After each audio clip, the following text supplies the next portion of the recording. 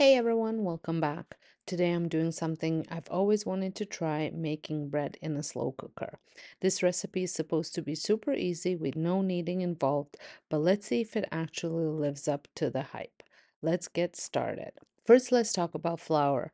I didn't have any on hand, so I went ahead and milled my own from hard red spring wheat berries. Now, if you're using store-bought white flour, you'll probably get a bit more rise from your bread, but I love using freshly milled flour for its flavor and nutrition. For this bread, you will need 3.5 cups of bread flour, 2.25 teaspoons of instant yeast or one enveloped, 1.5 teaspoon of salt, and 1.5 cups of warm water, 105 to 150 in Fahrenheit. In a large bowl, whisk together the flour, yeast, and salt. Slowly pour in the warm water and stir with a wooden spoon until the dough forms into a ball. It's as simple as that, no kneading needed.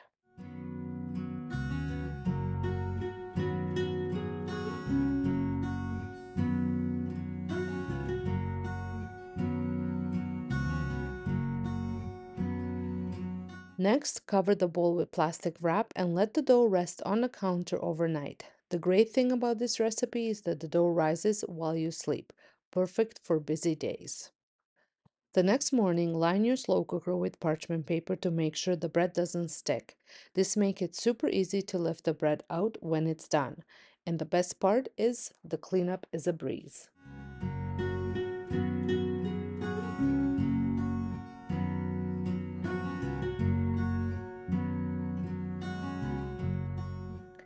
Turn the dough onto a lightly floured surface, shape it into a ball, and then pop it into your slow cooker.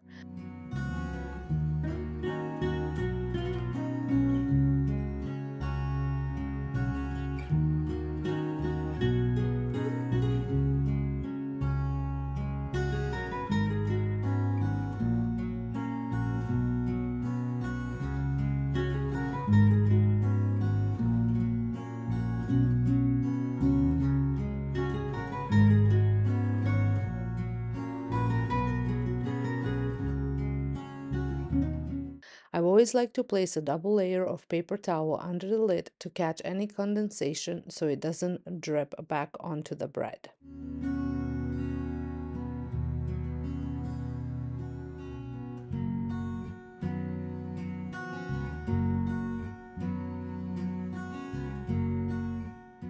Turn the slow cooker on high and let it cook for about 2 hours. The dough will rise and bake into a beautiful loaf. You'll know the bread is done when the internal temperature reaches 190 Fahrenheit. I highly recommend using an instant read thermometer to make sure it's fully baked.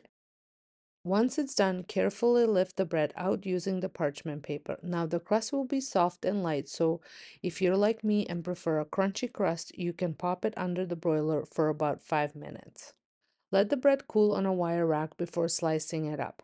And here's the result, a soft, rustic loaf that's perfect for sandwiches or just enjoying with butter. Now, even though I usually prefer my bread with a crunchier crust, this loaf was perfect for making sandwiches for my daycare kids. And trust me, they had no complaints. The bread was soft, easy to slice, and held up great with any filling.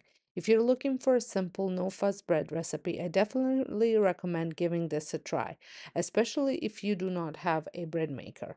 Thanks so much for watching, and don't forget to subscribe for more kitchen experiments.